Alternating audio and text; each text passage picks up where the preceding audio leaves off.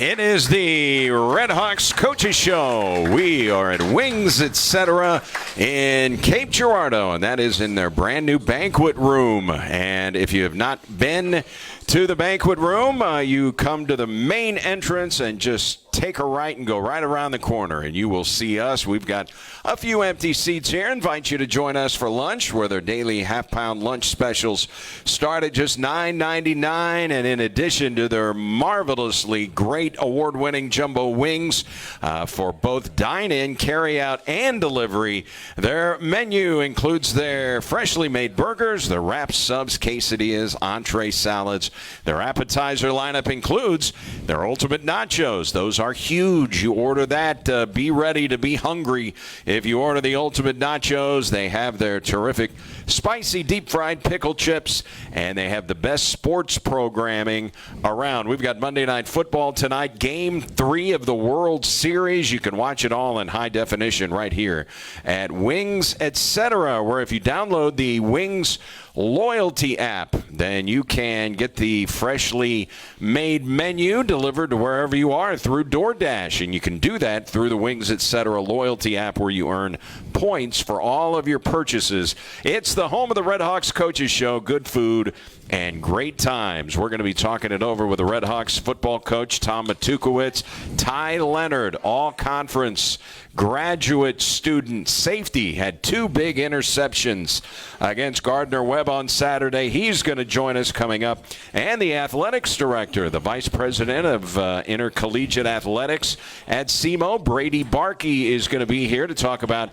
the bid process for the football playoffs, should the Redhawks be fortunate enough to be involved there, and some changes going on, like a temporary press box over at Houck Stadium. That's going to be exactly terrific because, hey, I'm done being in the closet broadcasting games off screens. We're here with Coach Tom Matukowicz. Homecoming victory doesn't get a whole lot sweeter than that, right? No, it really doesn't. You know, homecoming is just such an amazing time of the year for the institution, but also the community and everything. And it's hard to put into words, just describe everything.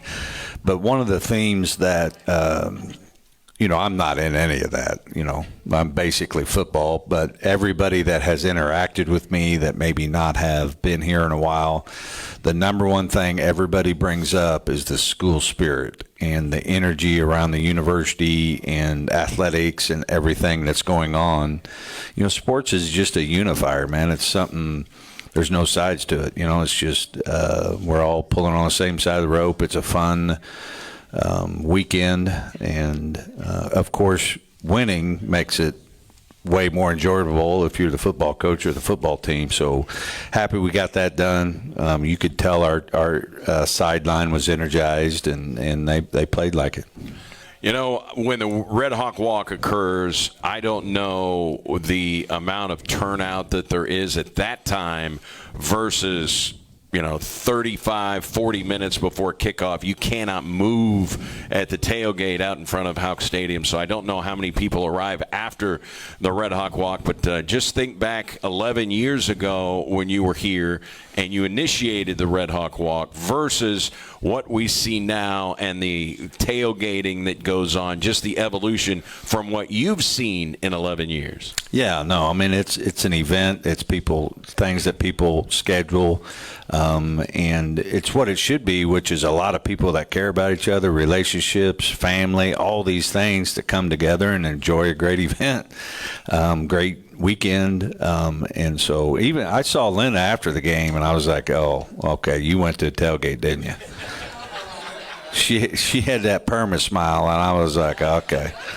I thought, man, it was looking good for me that night. But 9 o'clock we were all asleep, so it was a long day. It was a long day, but a long, productive day. And, boy, the way the game started, I'm sure there were plenty of people saying, you've got to be you got to be kidding me. Yeah. All of a sudden, it's 14-0. Paxton threw an interception. They got a short field, and they went down and scored. They only had to go 22 yards because of the short field. And then on the very next pass, when you got the ball back after the touchdown, a ball is a little behind Cam Pedro, got tipped into the air, and it's a deflected tip interception. So interceptions on consecutive throws, and they only have to go 15 yards this time. And all of a sudden you look up, people are settling into their seats, and it's 14-0. Nobody saw that coming. No, I mean, that's basically the worst-case scenario, right? This was a team that had 2 interceptions for the season, and they get them on consecutive throws. Yep. I mean, at the end of the day, tough way to start. What I have been thinking about is, what makes this team different than last year's team? I would say, roster-wise, we had a good roster last year, and certainly at the end of the season, we got banged up and didn't have Paxton and some of that. But even early on, what's the difference? And I'd like to get your thoughts on it. You've seen a lot of football. But when I've been thinking about it, I got a couple of thoughts. Okay. I'll say mine first. All right. Because my thoughts are probably a lot better than yours. Absolutely. So I would say, number one, is this team really, really cares about each other. They're not going to allow us not to reach the mission. Number two is this is really a process-driven program this year. Because last year when bad things happened, we were never able to recover. Right? This year, because we're talking about, play by play, be where your feet are, you can't do anything about that play. It's about the next play. And we've been talking about things that win, not just winning.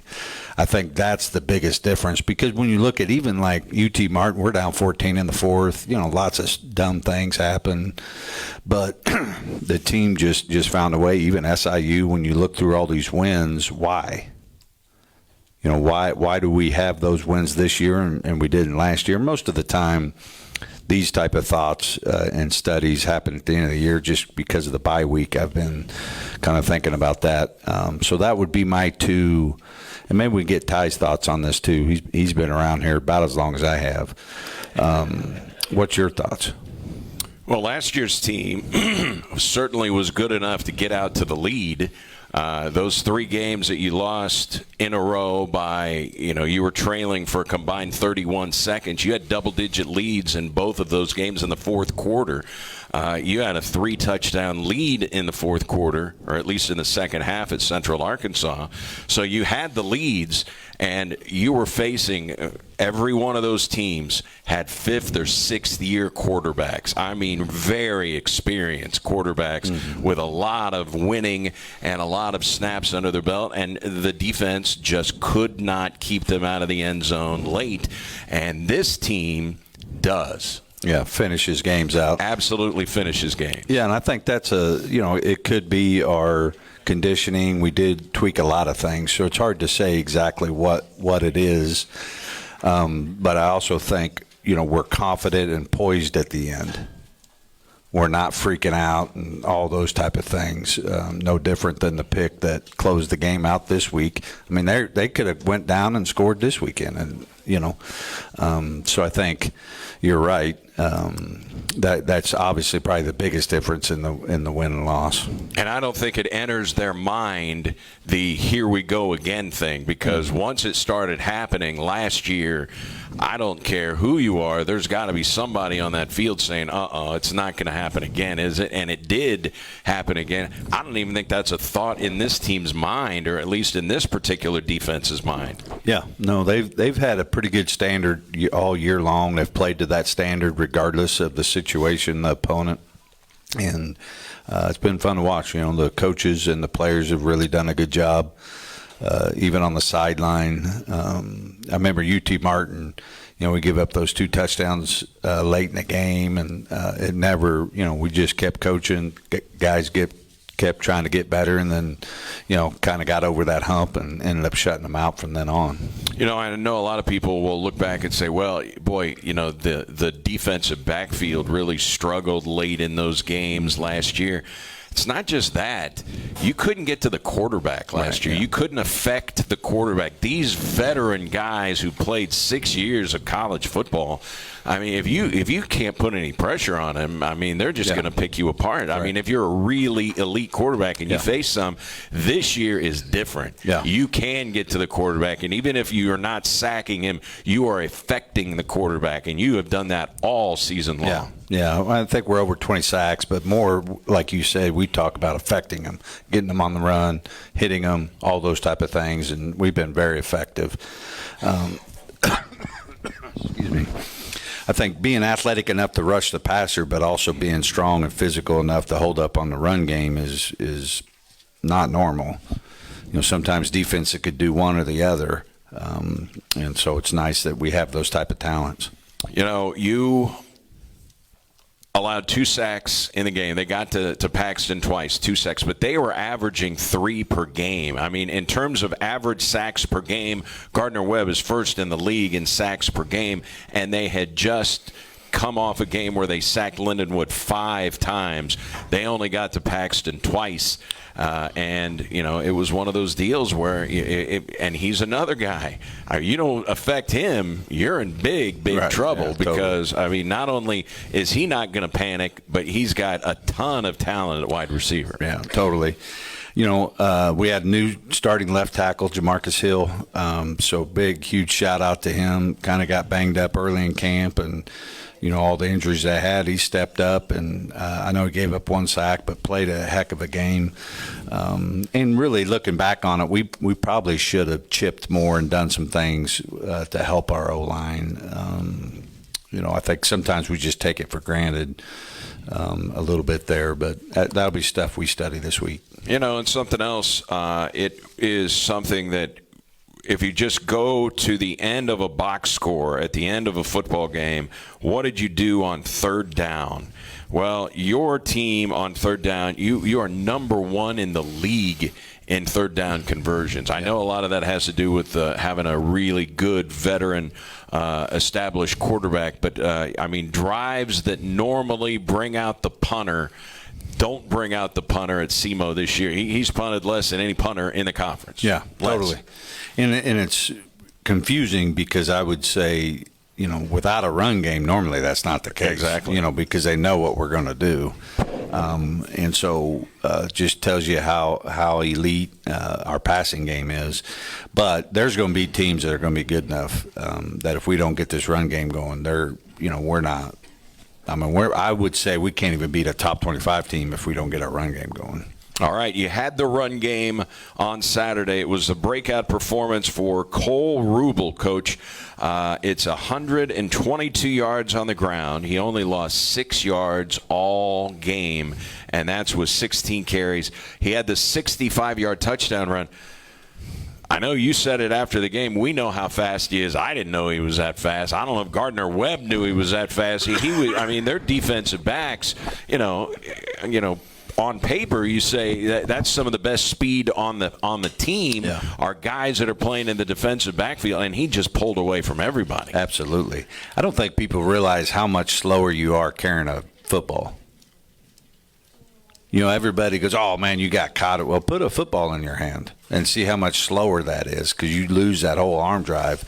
But he's a really talented guy. I mean, really unique kid because state champion wrestler, multi-year state champion wrestler.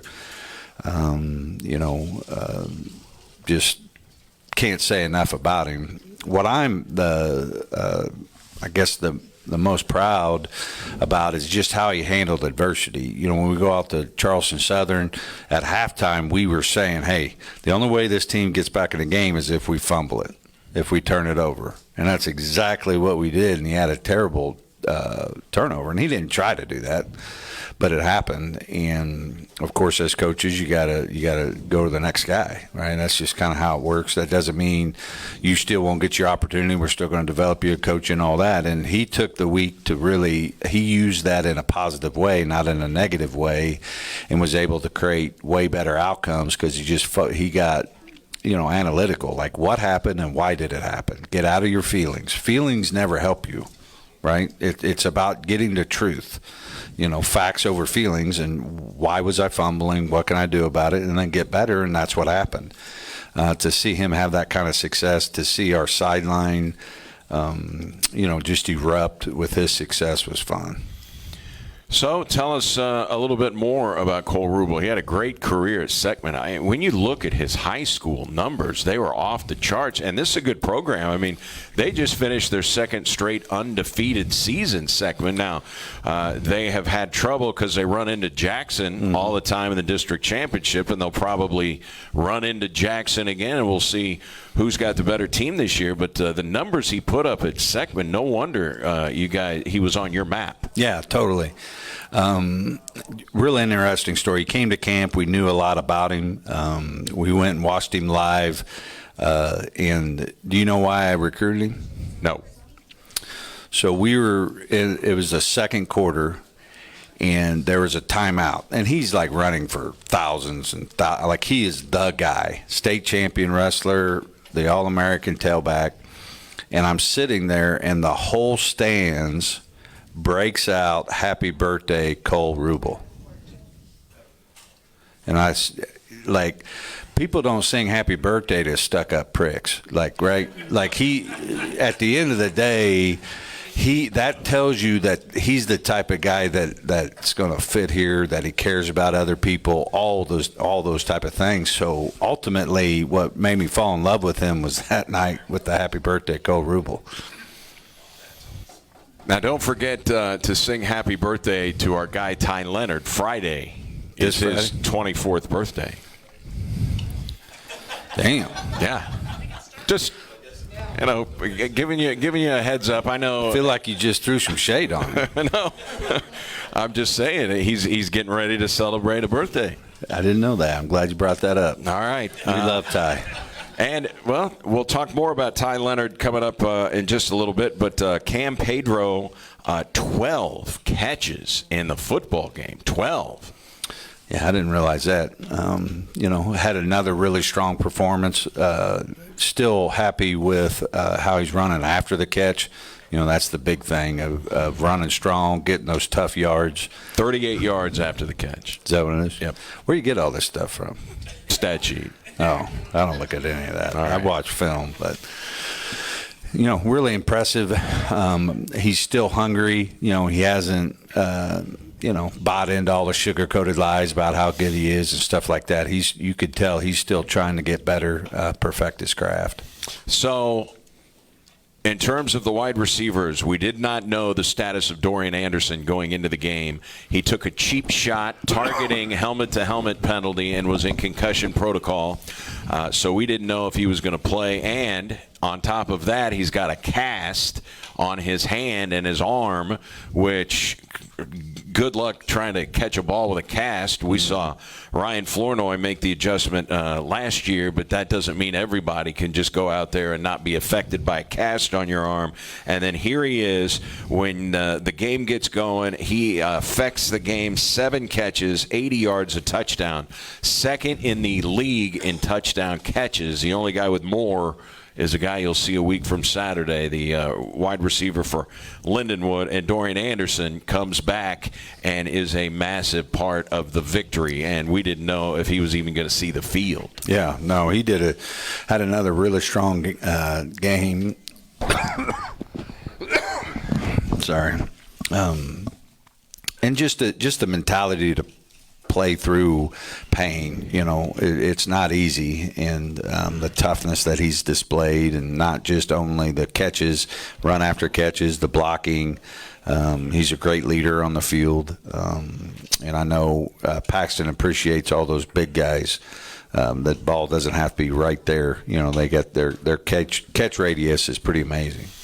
And when you have a player that is in concussion protocol, you never know how a guy's going to be affected by a concussion. We had a guy who was a catcher for SEMO a few years ago. He's playing minor league ball in the Cardinals organization.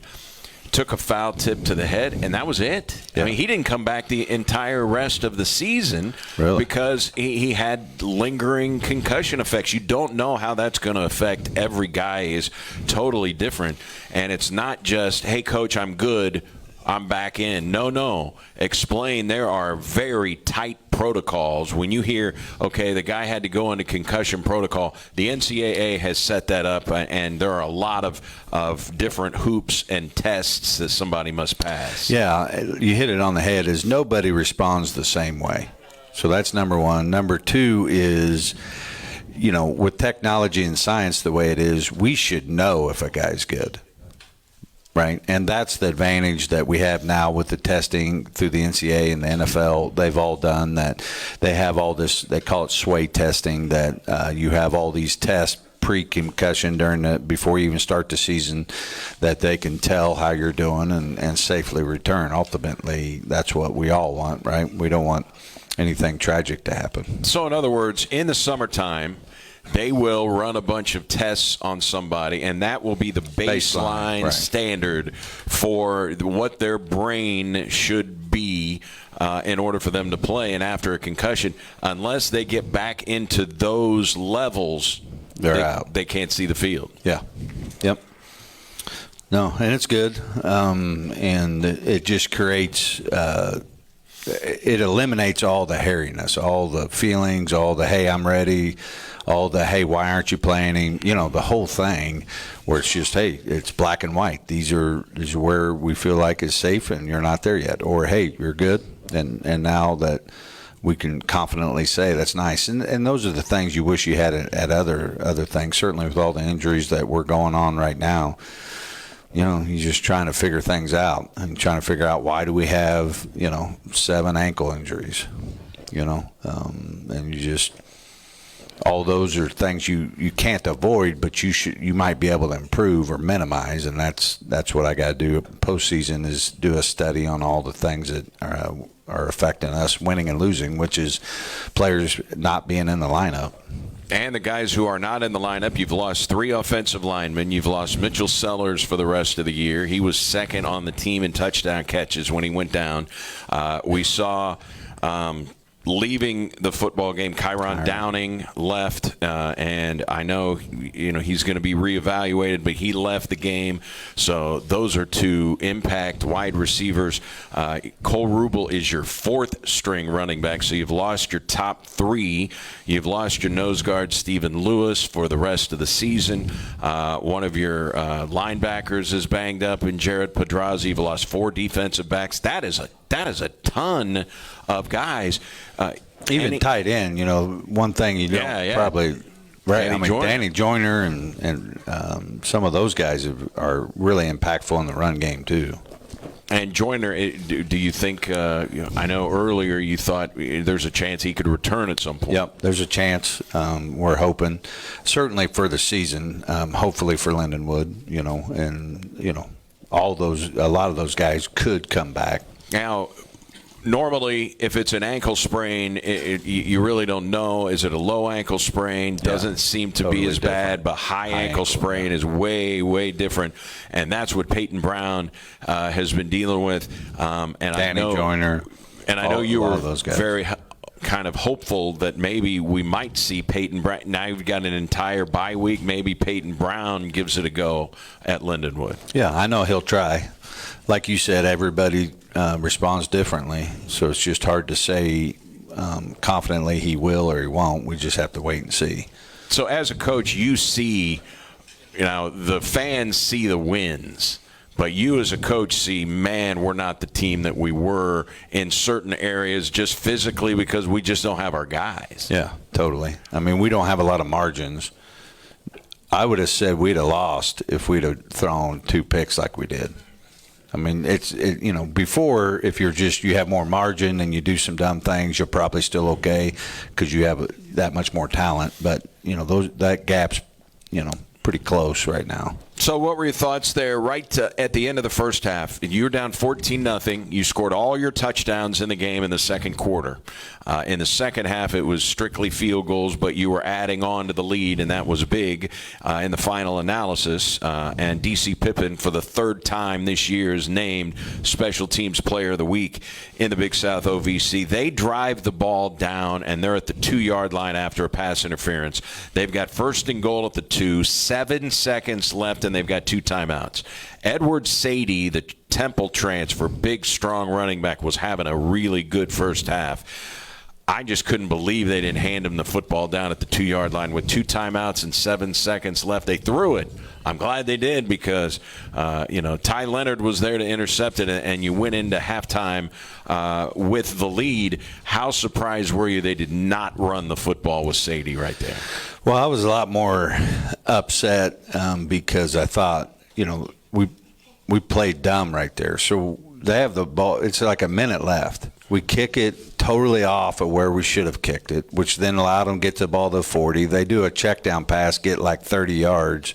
They shouldn't even have been on the 2, right? So we messed that up. And then, thankfully, I agree, they decided to throw it. The quarterback has shown to turn it over quite a bit. Leads the league in interceptions. So I think that was a poor decision. And obviously the time's running down, but they still had the timeouts to get that done. But hats off to Ty Leonard and those guys because that was huge, to be down by 14, then all of a sudden go up by 7. So this is 2024. Ty Leonard came to SEMO in 2019. The game on Saturday was his 50th college football game. 50 college football games. And so he's out of Butler High School in Louisville. Yeah. Can you remember that far back when you were recruiting Ty Leonard back in the aughts? Crazy. It still feels like yesterday that he was we found him at the Lindenwood football camp because I remember working him out there, talking to him there, then committed, loved his dad, been raised well, and came in and has played well pretty early. And it's not all been rainbows and unicorns. I remember him not being on a Sam Houston trip early in his career, and so it hasn't been all touchdowns and picks. It's like what it normally is with life. You go through ups and downs, but love the man he is today and the things that he's going to accomplish in his life later. Over 180 career tackles, and that was his first 2-interception game of his career, first time. But the thing that I thought was cool was when he got the interceptions. They're getting ready to score at the end of the first half. He shuts down the first half.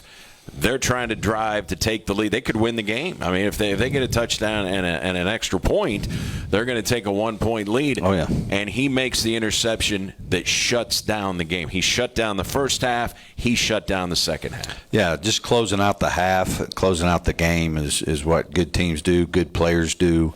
That's what a 6-year guy should step up and do for his teammate. And proud of his coaches, build the skill, ball skills, and all those type of things. And he's playing well right now. All right, we will talk with Ty Leonard. He is from Louisville.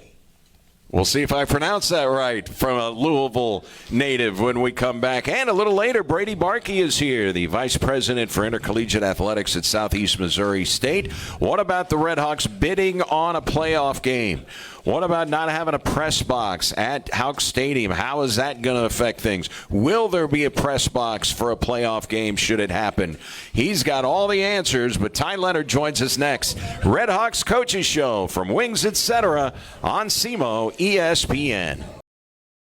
Welcome back to the Redhawks Coaches Show.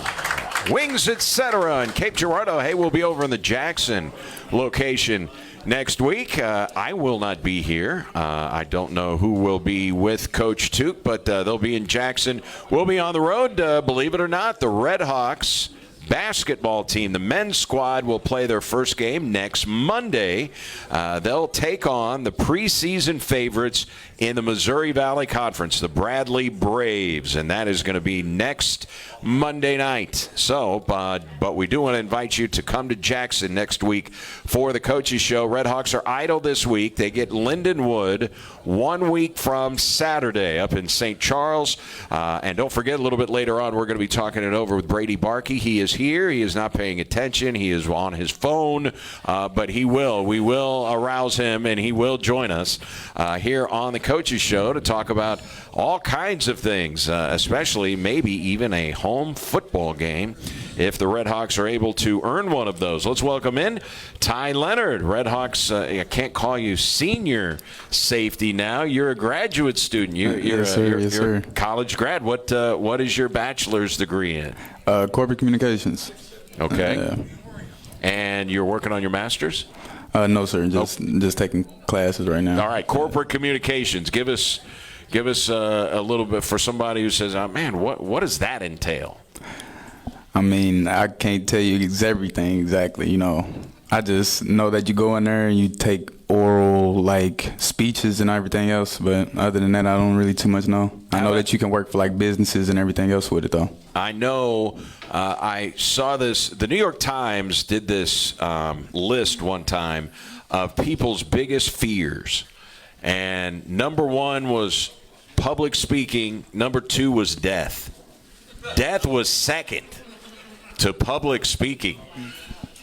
Did you ever have a little fear of public speaking, and how'd you deal with that? Oh, yes, sir. It took me a minute to get, warmed up to it. But after you do 5 or 6 of them, you start getting used to it. So eventually you get accustomed. Does it help you on maybe even being more of a verbal leader on a team, in a team setting, that you have gotten used to speaking in front of people? Does that translate to football? I mean, it has its perks, but it don't translate all the way. All right. Tell us about the 2 interceptions on Saturday. First of all, tell us about the first interception. Did you know he was coming your way? It looked like they tried to run a little slant off the left side, and there you were to pick it off. Initially, he ran it out, but when the quarterback got to rolling out, we just stuck to our plaster rules. So, and that is, where when the quarterback is moving out the pocket, whatever man is near you, that's the man you stick on until when the ball was thrown. I felt like he forced it. At that point he had a chance just to even run it in if he wanted to. But shout out to him for giving me the play. So, as a freshman, would you have made that play? I had potential to. I'm not gonna say I couldn't make the play, but how much does it help to have 50 Division I games under your belt? You've seen about everything, right? Yeah, it helps a lot. Now I'm used to the game. Seen a lot of things, especially playing corner and safety. I had 2 different perspectives on the game, so it's helped a lot. How about that? Playing cornerback now. I don't think going into the season they had penciled you in as a corner, but it's kind of because of injuries you're playing some corner when you didn't think that you would? Yes, sir. But corner and safety is, it's same, but it's different at the same time. At safety, you're more like a quarterback for the DBs. At corner, you just do your job, cover your man, but safety's more complex. Boy, there's a vicious saying out there that cornerbacks aren't wide receivers because they can't catch. That's why they had to move them to defensive backs. I'm sure you probably disagree with that, and you were a pretty good wide receiver at Butler High School. Oh, yes, sir. Yes, sir.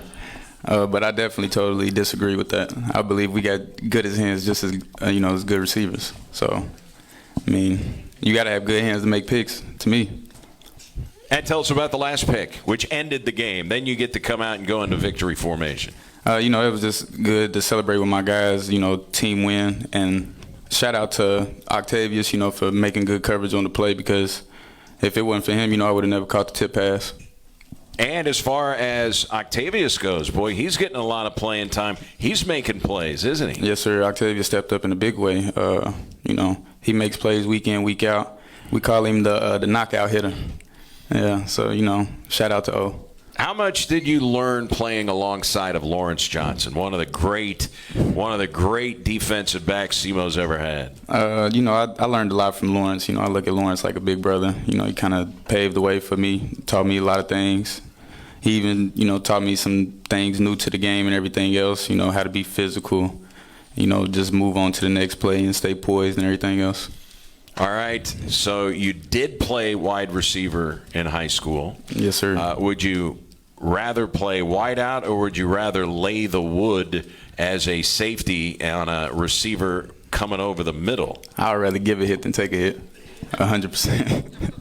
All right, so Louisville, Kentucky, what was it like growing up there? That's a big city. Yeah, it's decent size, but not too much different from the other cities, not too different from St. Louis and everything else. But only thing I could say growing up over there was like, not really nothing different. I just looked at friends, leaned on them, just like I lean on guys here. So, SEMO and Louisville it's kind of the same for me. So what are we looking at? It was about 4 hours to Louisville? Yes, sir. All right, so your family, it's not a real long endeavor for them to come watch you play. No, sir. They make it to every home game and every away game. That's close enough. All right. Yeah. Who was here on homecoming on Saturday? My uncle, little brother, mom, and dad.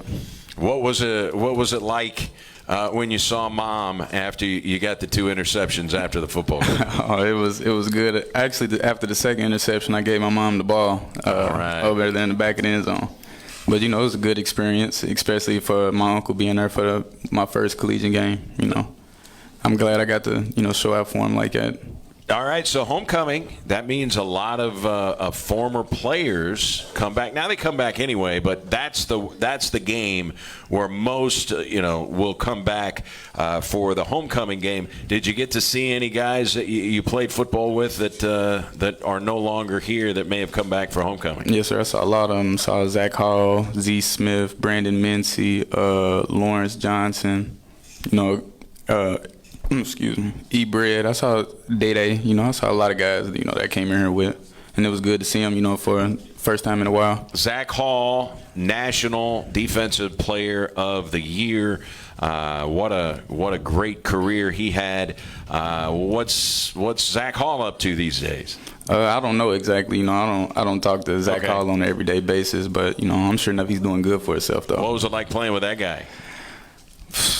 I mean, it was just good watching him to make plays. He was always going to expose if he was flagging. He was just around the ball all the time. Sideline to sideline guy. Just knew how to make plays. He's just a magnet to the ball. All right. Is it similar playing with Bryce Norman, who yes, sir. Is just a tackle machine like Zach Hall used to be? Yes, sir. I can't even tell you who's better at this point. They both do the same thing. They just get to the ball, fly around, and just make plays and get vertical. That's just, what they're good at. I think it was 14 tackles in the game for Norman on Saturday. Yes, sir. I mean, does he ever talk? I mean, he do, but, Norman's a real humble guy. Yeah. So, he don't say too much. But, when Norman does talk, people do listen, So how different is that from some guys because there are some guys, and there may be some on this defense, that are going to tell you about every play that they make in a football game. That may be you. I don't know. Yes, sir. I like to show out a little bit every now and then, especially, on the big plays. But I think that's just the energy that's just built up in me. All the adrenaline going on in the crowd. They bring it out of me. Who talks the most on defense?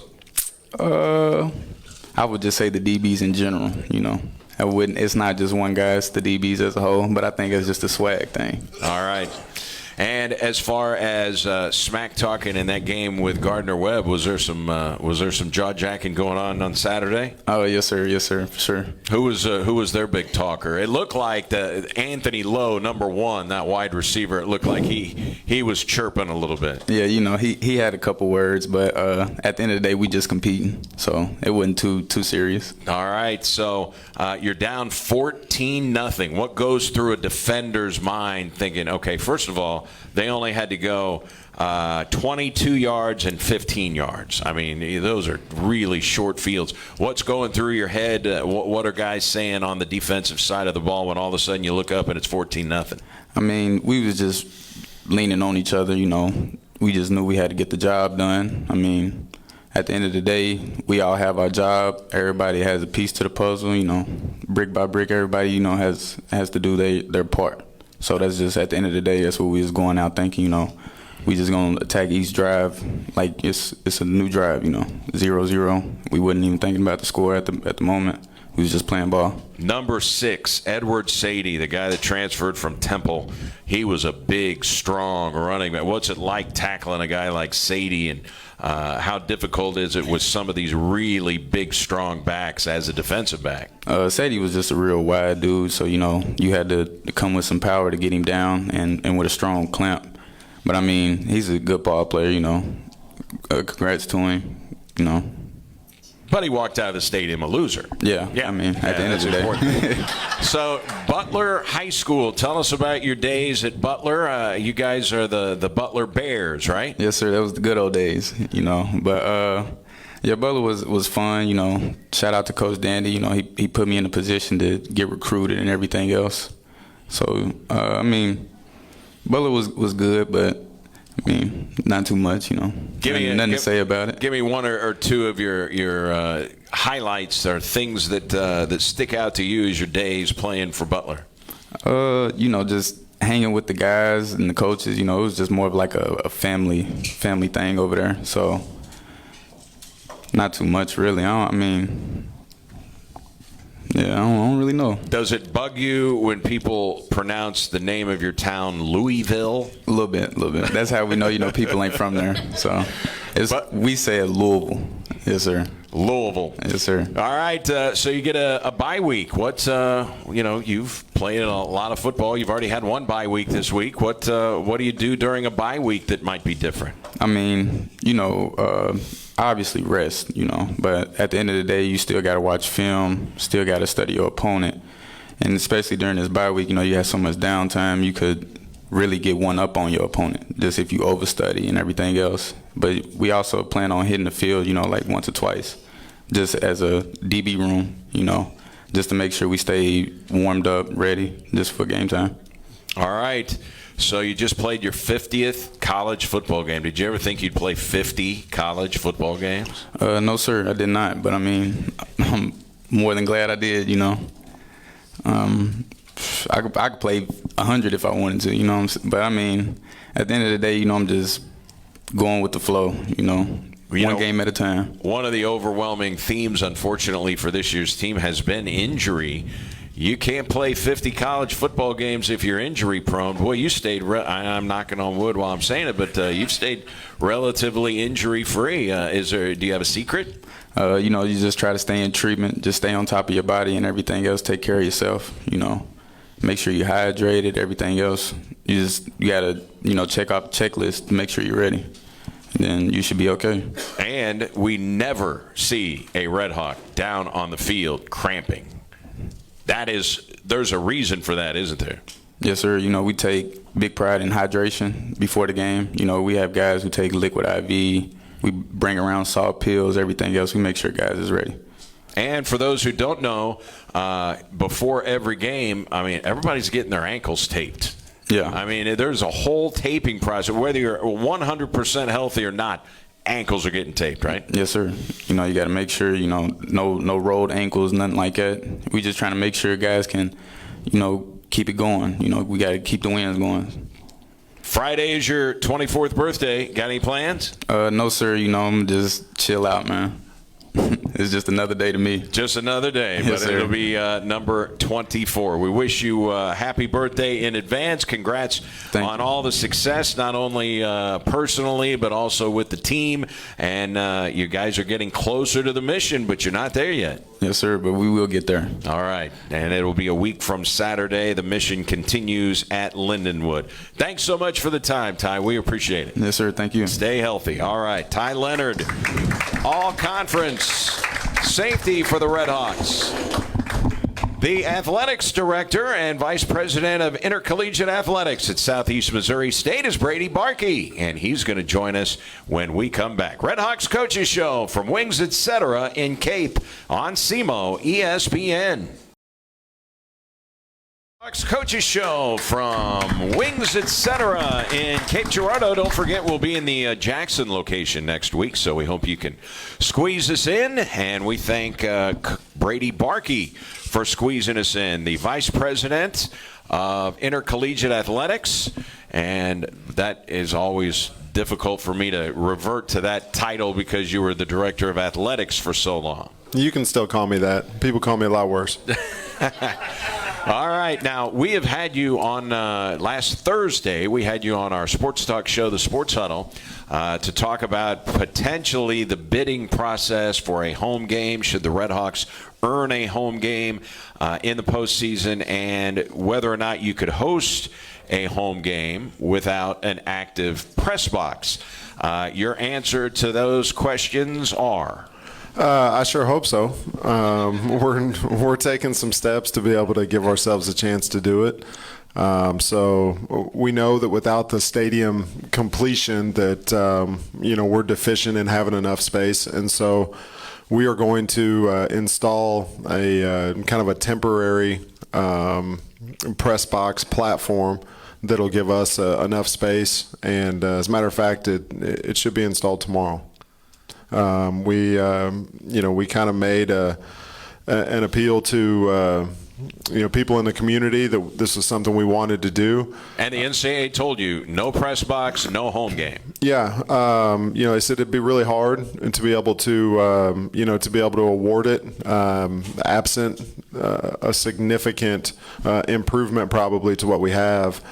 Just because there's not enough space. We don't have space for radio, television broadcast, for working media, that type of thing. And so we kind of had an opportunity to talk to some of the staff at the NCAA about it, about what we were trying to do, kind of what we had in mind.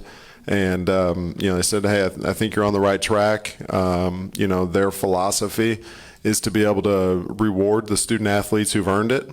And so I know that I couldn't look at people like Ty and say, hey, we didn't do our part to try to give you an opportunity if you all earned it. And so, met with people in the community, talked to them about what we were trying to do, met with a contractor here locally about it, and, people responded.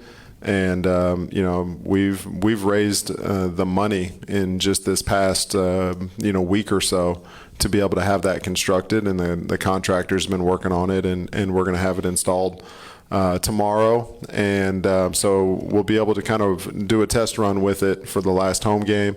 But then our hope is that we'll keep it in, all the way up through completion of the next phase of the Hawk project, and then maybe see if we can repurpose it some other way too. Rick Weezer and I are fired up. For those who do not know, and Rick is at the show today, we've been over at Rose Theater. This is 3 seasons now. We've been doing home games off of screens, so I know that's exciting. Just to be able to be at the stadium will be extremely cool, and this is going to involve taking seats out of Hawk Stadium, and it's going to involve a crane to get this thing done, right? Yeah, and just so that you kind of manage expectations, I was working the numbers about the space. We've got about 40 or 42 feet, and so I figure you and Rick, as long as you all can share 3 feet. 3 feet. We've got plenty of space for you up there. All right. So you can alternate which one gets to sit down, I guess. No, so the top few rows of one of the sections, I actually started with where does my family sit, and took those seats out first. Those were the ones we were going to get rid of, yeah. So I got to find them new seats, I guess. But what yard line is it on? So it is, as you're looking at the south grandstand from the field side, it is the section immediately to the right of the chairbacks. So that is section 105. And the top 3 rows there, kind of between the 2 camera platforms, between the ones in the 50 and then the one on the west side. And so those top 3 rows we'll take out, have a platform. It'll be about 8 feet deep, about 42 feet long.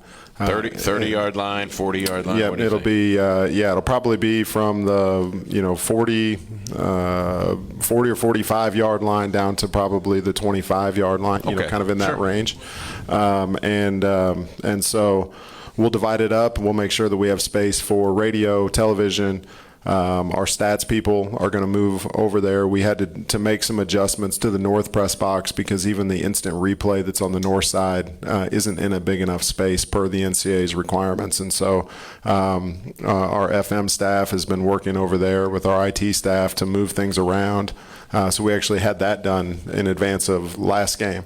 And so I don't know if you noticed, since you're not on site, but Jeff Hansa was sitting outside because they were doing stats from the bleachers on the south side. Wow. And so we'll be able to move them into this too. And so a lot of creativity, a lot of work, but hopefully something that at the end of the day is worth it. All right. Now, bidding on home football games is different this year. Yeah, it is. And so this is actually, I think, this week, if my dates are right, I think Wednesday, we'll see rankings. I think it's Wednesday at 1 o'clock on ESPN. From the committee. And so the reason that is important is because this year is kind of the first year that in addition to seeding the 1 through 8, they also seed 9 through 16. And so there's 24 teams in the field. 9 through 16 would be guaranteed the first round home game, provided their facility meets the requirements and they place the bid, and then they will get placed geographically with the remainder of the 17 through 24. And then 1 through 8 would be guaranteed the second round game against the winners of those first round games. And so it changes this year in that you're not just solely looking at competitive bid process even for those first round games. And so, our hope obviously would be that we'd end up 1 through 8, we'd get a first round bye, and then we'd be guaranteed to host at least a second round game. But even if that didn't happen and we somehow end up in the first round, then as long as you can be in 9 through 16 and you can get your facility to meet the requirement and you place the minimum bid, then you'd be guaranteed that game. And so that's really helpful to us, knowing that we're kind of in this in-between stage of, finishing out, the stadium renovations. So it's no longer going to be we got to outbid Montana. How much is Montana bidding? What do we have to bid? That's gone away. It's a minimum. I mean, they're going to charge you a minimum, but you're going to get the game. Yeah. So it's a minimum bid process, and so that's really all that you're required to do. Now, if you exceed that, which I fully anticipate we would, you're still going to provide the majority of that revenue to the NCAA. The institution gets to keep a portion of it as an honorarium for hosting, but the majority of that revenue is going to actually still go to the NCAA regardless of what you bid. But, we've always been really competitive in our bids anyway. But, again, to make sure that if you're going up against somebody, like a Montana, that now you're not just talking about numbers. And so that's a big change this year for the playoff structure. The permanent press box. Yeah. Where are you with that? I know it is a 6-story structure in the neighborhood, and it's a very wealthy neighborhood. $30 million. Am I on par with that? Yeah, that's what we hope. Construction keeps getting more and more expensive. I hope that we can keep it in that range, but it's probably about 40,000 square feet of space. People that follow us, closely, they see this really cool entry that our team does where they walk into the stadium. Well, that's not necessarily by design. It's by necessity because we don't have a locker room. And so, they're over in the Success Center walking up the hill. And so, it would allow us to be able to have that locker room space, to have their position meeting rooms, all the coaches' offices, their team meeting room, a new sports medicine facility, coaches' offices and locker room space for our soccer program, all of our administrative offices, all our game day functions, and then, of course, to be able to add some premium space into that too. And so, it's a big building. We've really worked hard, I think, to try as be as efficient with the space as what we can do. And so we are, we're through kind of the conceptual design.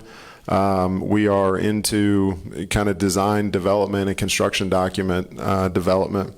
And so, my hope is that by probably spring, we'll be done with all of the design and really ready to be able to go out to bid. And so ultimately the question becomes, do we have all the funding secured? And so now that we know what we have, we're able to have conversations with people about naming opportunities. There's tons of investment opportunities for people, from office spaces to meeting room spaces, locker rooms, stadium naming rights, club level. I mean, there's something for everybody. And so we have an opportunity to be able to talk with people about that. Hopefully, secure enough funding that we can get it out to bid. And it's probably an 18-month construction process after that. And so, the window's closing on 2026 season. But, my hope is that we can, still keep this movement in a positive direction and be able to give us a chance still to be able to see something, at least a portion of it completed in 2026. And so that's what we're going to do until somebody tells us we can't. Best case scenario, when would shovels be in the ground? I think probably, best case you're talking about, late spring, early summer of this, 2025. And then see what happens, with the actual construction timeline. And it's not like you're building it on top of the South Grandstands. It is toward the actual street itself, right? That's where it's going to be built? Yeah, correct. Basically kind of 4 of the levels go above the stairs that people currently take up into the stadium. And then the other 2 levels, kind of the street level and field level side, those run east from the entrance east towards the Touchdown Plaza entrance. And that's where a lot of the locker room and sports medicine space and all of that will be. But it's pretty impressive, I think. When we get a chance to really start to show people what that looks like, it's really pretty impressive, and I think it will make a huge statement for the university about its overall health, the role that athletics plays in it, and the significance of the relationship to downtown too, because of course we can't forget that really anchors the start of downtown Cape. So the bidding process, when does that start?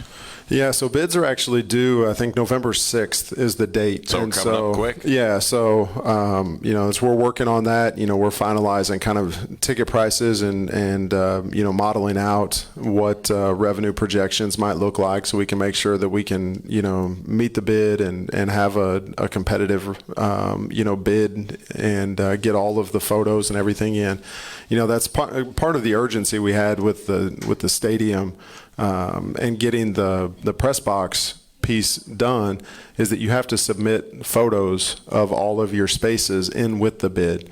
It can't just be if we're selected, this is what we would do. We have to show those spaces. And so we really needed everything to be completed this week so that we can have those photos and be able to submit it on time for the committee to be able to look at it and see what those spaces look like. And so, the window's closing. We have, our body of work and what we know about our chances won't change between now and when that's done, right, with the bye week. And so, we're going to push forward. And to be honest, we'll bid more than first and second round because there's always a chance that, we end up higher or there's an upset and you get an opportunity to do it. And so, our hope is we're going to continue to be able to play at Houck as long as they'll let us. There's one projection model from Hero Sports that has already said SEMO has a shot at a number 4 national seed. Now, I know you got to win games. Nobody's trying to jinx anything. I'm just saying there is a model out there for an FCS organization that is saying, hey, SEMO could be a number 4 before it's over with. Yeah, and obviously, you watch this stuff closely enough. You know that it depends on what a lot of other people do. There's a lot of those top seeds that beat up on each other. And, how does the committee view that? I think that's one of the challenges we've continued, to face is that people look at the OVC and now the Big South OVC and say, well, it's not a strong enough league for them to really have a good enough body of work to earn something like that. At the end of the day, the numbers are what the numbers are. And if you haven't lost anybody in the FCS, it's really hard to be able to say, well, they're not as good as, because, hey, everybody we lined up against, we found a way to beat. And so, take it for what it is. But, we have a rep in the room. Mickey Allen, who's the AD at Tennessee State, is on that selection committee. Obviously, he doesn't get a chance to be able to vote when it comes to, time for us. Probably he'll be able to get to, kind of share his thoughts. And so we want to make sure that we continue to feed him with all the information that he needs. And he'll get to see it firsthand, the last game of the season when we go down there. And so, hopefully we'll do what we do and control what we can control. And the rest of it's up to those people in the room. All right. Anything else you want Redhawks fans to know who may be tuning in? The only other thing I'll say is, this past weekend, and you guys talked about it a little bit, what an amazing weekend, and early on in the week, I was maybe a little bit, nervous or disappointed, I'm not sure which, about kind of where ticket sales had been and kind of what the momentum was headed into the weekend. And I think the community really responded. I thought it was an incredible, atmosphere. I thought that the fan attendance, we were totally sold out on the south side. 7295 was the official attendance. Yeah, we had some seats left on the visiting side. That was it. And so, I thought it was a great environment. It was a perfect day for it. You couldn't ask for a better homecoming.